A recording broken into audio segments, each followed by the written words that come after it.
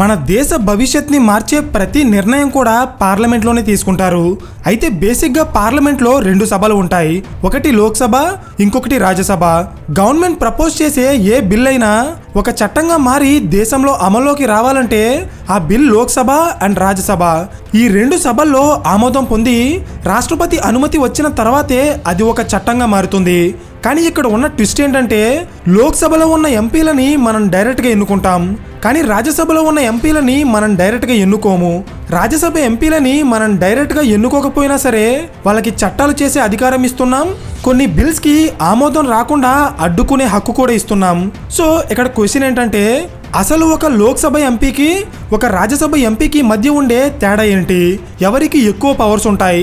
అసలు ఇండియాలో ఉన్న పార్లమెంటరీ ఫార్మ్ ఆఫ్ గవర్నమెంట్ ఎలా పనిచేస్తుందో నేను ఈ వీడియోలో చెప్పబోతున్నాను. గాయస్, ఈ వీడియోని మీరు చివరి వరకు చూస్తే అసలు ఇండియన్ పాలిటిక్స్ ఎలా వర్క్ అవుతాయి అండ్ పార్లమెంట్లో చట్టాలు ఎలా తయారవుతాయో మీకు ఒక క్లారిటీ వస్తుంది. So let's begin. Hello everyone, welcome to today's video and this is your friend Surya. 1947లో మన దేశానికి స్వతంత్రం వచ్చిన తర్వాత అప్పటి కాన్స్టిట్యూయెంట్ అసెంబ్లీలో ఉన్న నాయకులు మన దేశంలో డెమోక్రటిక్ ఫార్మ్ ఆఫ్ గవర్నమెంట్ ఉండాలని డిసైడ్ చేశారు. అంటే అల్టిమేట్ పవర్ అనేది ప్రజల చేతుల్లోనే ఉంటుంది. వాళ్ళు ఎవరిని ఎన్నుకుని చట్టసభల్లోకి పంపిస్తారో వాళ్ళకే చట్టాలు చేసే అధికారం ఉంటుంది. దీన్నే డెమోక్రటిక్ ఫార్మ్ ఆఫ్ గవర్నమెంట్ అంటారు. అయితే ఈ డెమోక్రటిక్ ఫార్మ్ ఆఫ్ గవర్నమెంట్లో రెండు రకాలు ఉంటాయి. ఒకటి ప్రెసిడెన్షియల్ సిస్టమ్, ఇంకొకటి పార్లమెంటరీ సిస్టమ్. మీకు అర్థమయ్యేలా సింపుల్గా చెప్తా చూడండి. ఇండియా ఒక డెమోక్రటిక్ కంట్రీ, అలాగే అమెరికా కూడా ఒక డెమోక్రటిక్ కంట్రీయే. ఈ రెండు దేశాల్లో కూడా ప్రజలు ఓట్లు వేసే వాళ్ళ పాలకులని ఎన్నుకుంటారు. కానీ ఈ రెండు దేశాలకి ఉన్న డిఫరెన్స్ ఏంటంటే అమెరికా ప్రెసిడెన్షియల్ సిస్టమ్ని ఫాలో అయితే ఇండియా పార్లమెంటరీ సిస్టమ్ని ఫాలో అవుతుంది. అందుకే అమెరికాని ప్రెసిడెంట్ రూల్ చేస్తే ఇండియాని ప్రైమ్ మినిస్టర్ రూల్ చేస్తారు. సో ఈ ప్రెసిడెన్షియల్ సిస్టమ్ గురించి నెక్స్ట్ రాబోయే అమెరికన్ పొలిటికల్ వీడియోలో డిస్కస్ చేద్దాం. ప్రెజెంట్ ఈ వీడియోలో మన దేశంలో ఫాలో అవుతున్న పార్లమెంటరీ సిస్టమ్ గురించి డిస్కస్ చేద్దాం. పార్లమెంట్ అనగానే మనకి గుర్తొచ్చేది లోక్సభ లేదా రాజ్యసభ. కానీ చాలా తక్కువ మందికి మాత్రమే తెలిసిన విషయం ఏంటంటే ప్రెసిడెంట్ ఆఫ్ ఇండియా కూడా ఈ పార్లమెంట్లో ఒక భాగమే. ఎలా అంటే పార్లమెంట్లో ప్రవేశపెట్టిన ఏ బిల్ అయినా ఒక చట్టంగా మారి అమల్లోకి రావాలంటే అది లోక్సభలో ఆమోదం పొందాలి, రాజ్యసభలో ఆమోదం పొందాలి, ఫైనల్గా ప్రెసిడెంట్ ఆఫ్ ఇండియా కూడా దాన్ని ఆమోదించి దాని మీద సైన్ చేయాలి. ఈ మూడింటిలో ఎక్కడ ఒక బిల్ ఆగిపోయినా అది చట్టంగా మారదు. సో మీకు పార్లమెంట్ అంటే ఏంటో అర్థమైంది కదా. అయితే ఇప్పుడు లోక్సభకి రాజ్యసభకి మధ్య ఉన్న తేడా ఏంటో చూద్దాం. లోక్సభ, దీన్ని లోయర్ హౌస్ లేదా హౌస్ ఆఫ్ పీపుల్ అంటారు. ఒక వ్యక్తి లోక్సభ ఎంపీగా పోటీ చేయాలంటే తనకి 25 ఏళ్ల వయసు పూర్తయి ఉండాలి, తను మన దేశ సిటిజన్ అయి ఉండాలి. సో ఎవరికైతే ఈ రెండు క్వాలిఫికేషన్స్ ఉంటాయో వాళ్ళు ఏదైనా పొలిటికల్ పార్టీతోనో లేక ఇండిపెండెంట్ గానో నామినేషన్ వేసి ఎలక్షన్స్ లో పోటీ చేయొచ్చు. వన్స్ ఆ క్యాండిడేట్ ఆ నియోజకవర్గం నుండి ఎంపీగా గెలిస్తే అతను పార్లమెంట్లో ఉన్న లోక్సభలో కూర్చుంటారు. ప్రెజెంట్ మన దేశ లోక్సభలో మొత్తం 543 సీట్స్ ఉన్నాయి. ఇంతకు ముందు ఇవి 545 సీట్స్గా ఉండేవి. ఈ ఎక్స్ట్రా 2 స్థానాలు కూడా ఆంగ్లో ఇండియన్స్ కమ్యూనిటీని పార్లమెంట్లో రిప్రజెంట్ చేయడానికి ప్రెసిడెంట్ ఆఫ్ ఇండియా ఆ కమ్యూనిటీ నుండి 2 వ్యక్తులని నామినేట్ చేసి ఈ సీట్స్లో ఎంపీలుగా కూర్చోబెట్టేవారు. కానీ 2020లో మన రాజ్యాంగానికి 104 కాన్స్టిట్యూషనల్ అమెండ్మెంట్ చేసి ఈ 2 సీట్స్ని రిమూవ్ చేశారు. అందుకే లోక్సభలో ప్రెజెంట్ 543 స్థానాలు మాత్రమే ఉన్నాయి. ఈ 543 సీట్స్ కి కూడా డిఫరెంట్ స్టేజెస్ లో ఎలక్షన్స్ జరుగుతాయి. ఈ ఎలక్షన్స్ లో ఏ పార్టీకి అయితే 50% కంటే ఎక్కువ సీట్స్ వస్తాయో వాళ్ళు సెంట్రల్ గవర్నమెంట్ ని ఫామ్ చేస్తారు. ఒకవేళ ఏ పార్టీకి కూడా క్లియర్ మెజారిటీ రాకపోతే, అంటే 50% కంటే ఎక్కువ సీట్స్ రాకపోతే అప్పుడు president of India single largest పార్టీని పిలిచి వాళ్ళని గవర్నమెంట్ ఫామ్ చేయమని ఇన్వైట్ చేస్తారు.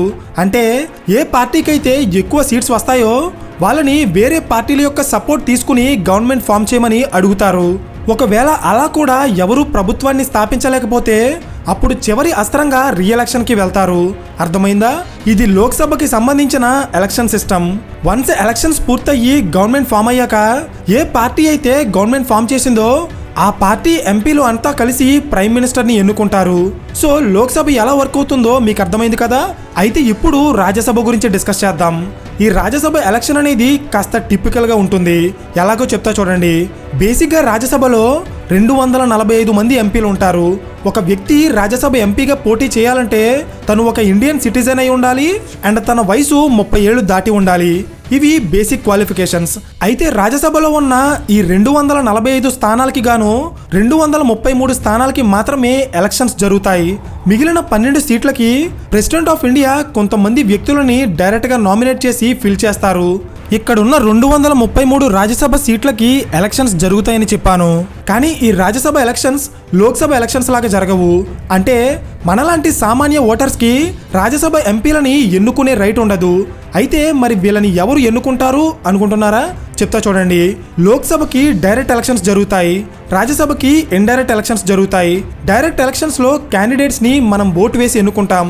కానీ ఇండైరెక్ట్ ఎలక్షన్స్లో మనం ఓటు వేసిన క్యాండిడేట్ వెళ్ళి వేరే క్యాండిడేట్ని ఎన్నుకుంటారు. మీకు అర్థమయ్యేలా సింపుల్గా చెప్తా చూడండి. మన నియోజకవర్గంలో ఉండే ఎమ్మెల్యేని మనం డైరెక్ట్గా ఓటు వేసి ఎన్నుకుంటాం, అవునా? అయితే మనం ఎన్నుకునే ఈ ఎమ్మెల్యేలు వెళ్ళి రాజ్యసభ సీట్ కోసం పోటీ చేస్తున్న క్యాండిడేట్లకి ఓటు వేసి ఎన్నుకుంటారు. దీన్నే ఇండైరెక్ట్ ఎలక్షన్ అంటారు. సో ఇలా ఇండైరెక్ట్ ఎలక్షన్ ద్వారా రాజ్యసభలో ఉన్న 233 మంది ఎంపీలు ఎన్నుకోబడతారు. మిగిలిన 12 మంది రాజ్యసభ ఎంపీలని art, literature, science and social service ఈ రంగాల్లో అత్యున్నతమైన సేవని అందించిన కొంతమంది వ్యక్తులని సెలెక్ట్ చేసి ప్రెసిడెంట్ ఆఫ్ ఇండియా డైరెక్ట్గా నామినేట్ చేసి రాజ్యసభలో వాళ్ళని కూర్చోబెడతారు. అండ్ ఈ నామినేటెడ్ పోస్టుల ద్వారానే సచిన్ టెండూల్కర్, పిటి ఉషా, లతా మంగేష్కర్, విజయేంద్ర ప్రసాద్ అండ్ సుధామూర్తి గారి లాంటి ఎంతో మంది ఫేమస్ పర్సన్స్ ఎలాంటి ఎలక్షన్ లేకుండా రాజ్యసభలో అడుగుపెట్టారు. అయితే ఇక్కడ నేను ప్రెసిడెంట్ ఆఫ్ ఇండియా వీళ్ళని నామినేట్ చేస్తారు అని చెప్పినంత మాత్రాన ఈ డెసిషన్ని కంప్లీట్గా ప్రెసిడెంట్ తీసుకోరు. Prime minister and council of ministers recommendation base చేసుకునే ప్రెసిడెంట్ ఆఫ్ ఇండియా వీళ్ళని నామినేట్ చేస్తారు. లోక్సభ ఎంపీ యొక్క పదవీకాలం 5 ఏళ్లు ఉంటే రాజ్యసభ ఎంపీ యొక్క పదవీకాలం 6 ఏళ్లు ఉంటుంది.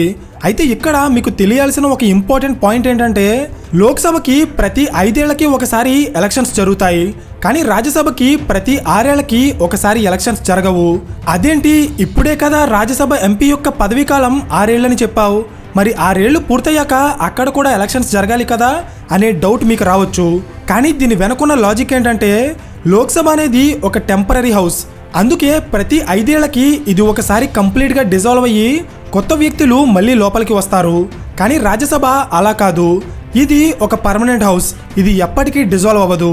కానీ ఇక్కడ ఎంపీ క్యాండిడేట్స్ ఎలా మారతారంటే రాజ్యసభలో ప్రతి 2 ఏళ్లకి ఒకసారి 1/3 మెంబర్స్ రిటైర్ అయిపోతారు. అంటే హౌస్లో ఉన్న 245 మెంబర్స్లో 33% ఎంపీలు ప్రతి 2 సంవత్సరాలకి ఒకసారి బయటకు వచ్చేస్తారు.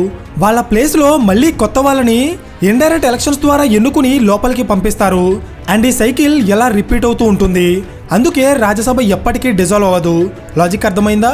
లోక్సభని speaker and deputy speaker control చేస్తే రాజ్యసభని chairman and deputy chairman control చేస్తారు. అయితే లోక్సభలో ఉండే స్పీకర్ రూలింగ్ పార్టీకి చెందిన వ్యక్తే అయి ఉంటారు. కానీ రాజ్యసభలో అలా ఉండదు. మన దేశ వైస్ ప్రెసిడెంటే రాజ్యసభలో చైర్మన్గా వ్యవహరిస్తారు. అందుకే మనం చైర్మన్ పొజిషన్లో వెంకయ్యనాయుడు గారిని 2022 వరకు చూసాం. కానీ ప్రెజెంట్ ఆ పొజిషన్లో రాజస్థాన్కి చెందిన జగదీప్ ధన్కర్ గారు ఉన్నారు. సో లోక్సభ అండ్ రాజ్యసభ ఈ రెండు ఎలా పనిచేస్తాయో మీకు అర్థమైంది కదా. అయితే వీటిలో ఎవరికి ఎక్కువ పవర్స్ ఉంటాయో ఇప్పుడు చూద్దాం. జనరల్గా రాజ్యసభ కంటే లోక్సభకే ఎక్కువ పవర్స్ ఉంటాయి. మనం ఆల్రెడీ వీడియో స్టార్టింగ్లో మాట్లాడుకున్నట్టే పార్లమెంట్లో ప్రవేశపెట్టిన ఒక బిల్ చట్టంగా మారాలంటే అది 2 హౌసెస్లో ఆమోదం పొందాలి. కానీ ఒకవేళ ఆ బిల్ మనీ బిల్ లేదా ఫైనాన్షియల్ బిల్ అయితే ఆ బిల్ని రిజెక్ట్ చేసే హక్కు రాజ్యసభకి ఉండదు. లోక్సభ ఆమోదించిన తర్వాత దాన్ని రాజ్యసభ కూడా ఆమోదించి తీరాలి. అంతేకాదు లోక్సభలో చేసిన కొన్ని బిల్స్కి రాజ్యసభ ఒక్కోసారి కొన్ని చేంజెస్ని సజెస్ట్ చేస్తుంది. కానీ ఆ చేంజెస్ని లోక్సభ అప్రూవ్ చేసినా చేయకపోయినా ఆ బిల్స్ మాత్రం చట్టాలుగా మారిపోతాయి. అయితే కేవలం కొన్ని ఏరియాస్లో మాత్రమే రాజ్యసభ యొక్క పవర్స్ తక్కువగా ఉంటాయి. మిగిలిన ఏరియాస్లో లోక్సభతో పాటు రాజ్యసభ కూడా సమానంగానే పనిచేస్తుంది. జనరల్గా చాలామంది ప్రైమ్ మినిస్టర్ లేదా క్యాబినెట్ మినిస్టర్ పదవులు కేవలం లోక్సభ ఎంపీలకి మాత్రమే వస్తాయనుకుంటారు. కానీ అది నిజం కాదు. ఇండైరెక్ట్ ఎలక్షన్ ద్వారా రాజ్యసభకి ఎన్నికయ్యి అక్కడి నుండి ప్రైమ్ మినిస్టర్ అయిన వ్యక్తులు కూడా ఇండియాలో చాలా మంది ఉన్నారు. For example Indira Gandhi, HD Deve Gowda, Inder Kumar Gujral and doctor Manmohan Singh వీళ్ళంతా కూడా రాజ్యసభ ఎంపీలుగా ఉంటూ మన దేశానికి ప్రైమ్ మినిస్టర్గా కొనసాగారు.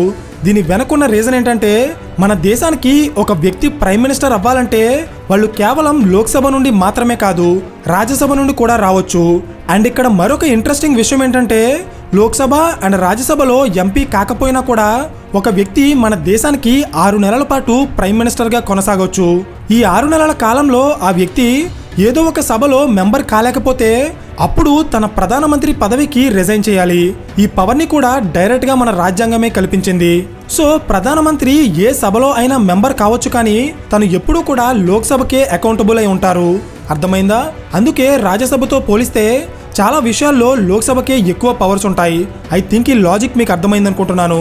సో ఈ వీడియో మీకు ఇన్ఫర్మేటివ్గా అనిపిస్తే ఖచ్చితంగా లైక్ చేసి ఇలాంటి మరిన్ని వీడియోస్ కోసం ఛానల్ని సబ్స్క్రైబ్ చేయండి. So thank you for watching and I will see you in the next video. Till then this is your friend Surya signing of.